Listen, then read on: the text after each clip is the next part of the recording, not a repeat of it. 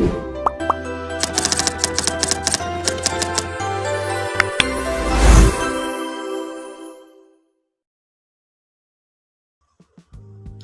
semuanya, back again with me.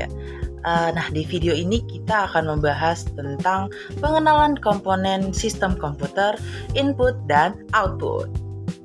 Sebelumnya saya ingin menyampaikan tentang perangkat input dan output, yang dimana mereka ini memiliki peran yang sangat penting dalam sistem komputer. Nah, si perangkat input sendiri itu berfungsi sebagai alat untuk memasukkan data atau perintah ke dalam komputer.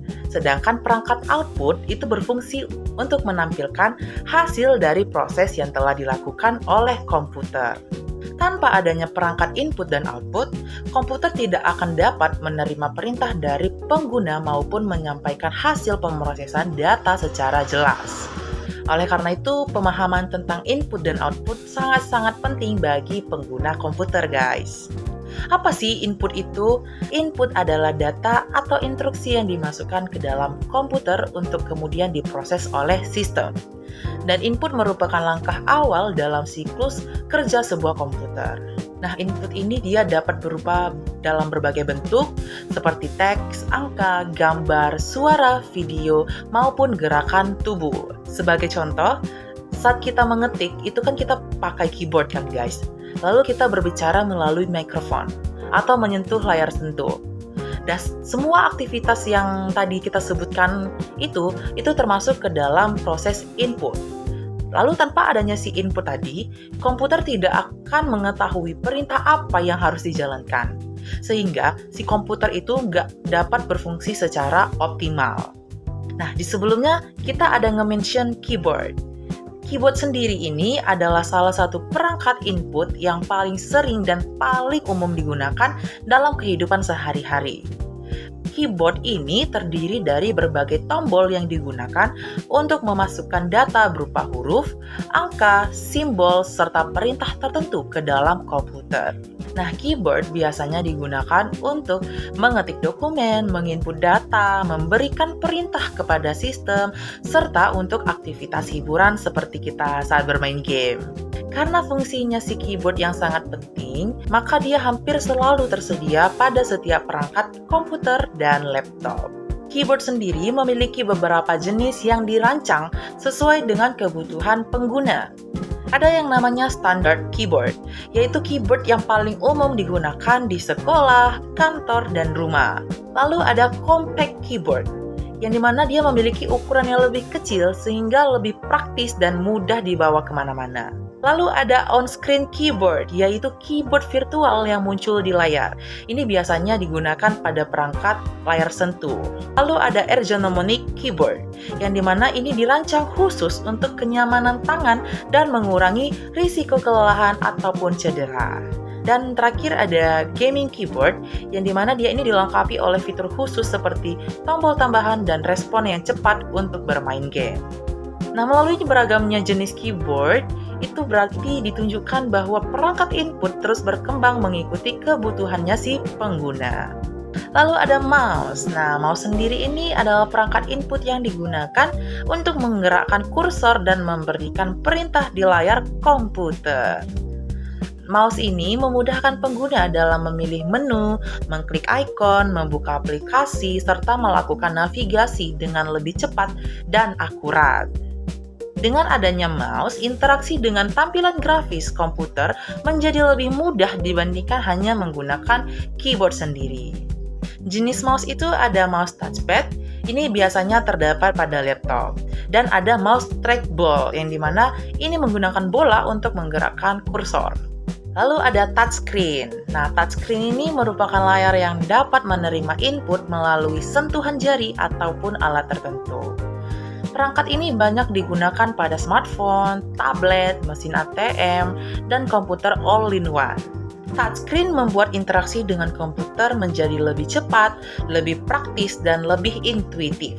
Karena pengguna tidak lagi memerlukan mouse ataupun keyboard tambahan, karena perintah dapat diberikan langsung melalui sentuhan pada layar. Kemudian ada pen input. Pen input ini perangkat input yang digunakan untuk memasukkan data ke dalam komputer menggunakan sebuah pena digital.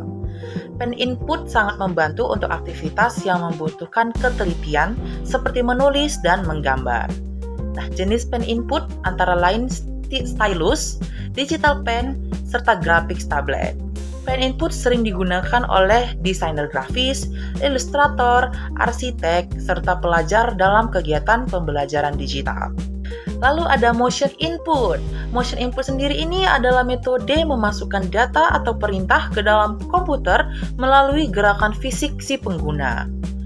Gerakan tubuh akan dideteksi oleh sebuah sensor, kemudian diterjemahkan menjadi instruksi oleh sistem komputer. Contoh penggunaan motion input ini seperti menggerakkan tangan untuk mengganti menu tanpa menyentuh layar. Dan teknologi ini itu banyak banget digunakan pada perangkat modern seperti game konsol, virtual reality, dan sistem sensor gerak. Voice dan audio input. Voice dan audio input ini merupakan cara memasukkan data berupa suara ke dalam komputer melalui mikrofon. Lalu input suara ini juga dapat berupa ucapan manusia, musik, maupun efek suara.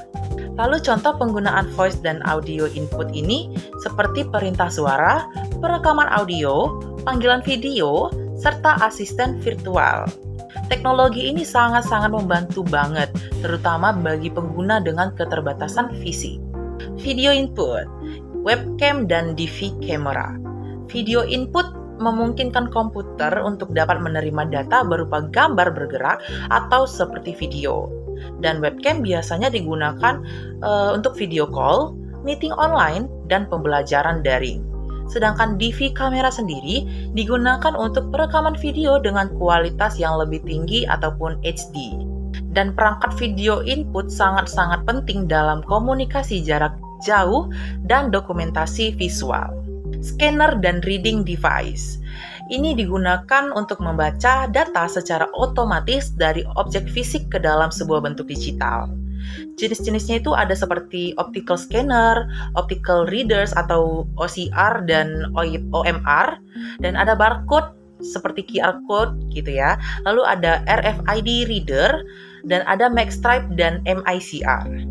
Perangkat-perangkat ini banyak banget digunakan di perkantoran, toko, bank, dan sistem keamanan untuk meningkatkan efisiensi dan akurasi kerja. Tadi kita sudah membahas tentang input. Lalu output itu apa sih? Nah, output sendiri ini adalah hasil yang diberikan komputer setelah pemrosesan input. Output biasanya berfungsi untuk menyampaikan informasi kepada pengguna sehingga hasil kerja komputer dapat dipahami. Dan output dapat dia berupa tampilan visual, suara maupun hasil cetakan. Jenis-jenis perangkat output yang sering digunakan itu seperti display atau monitor, ini untuk menampilkan teks dan gambar.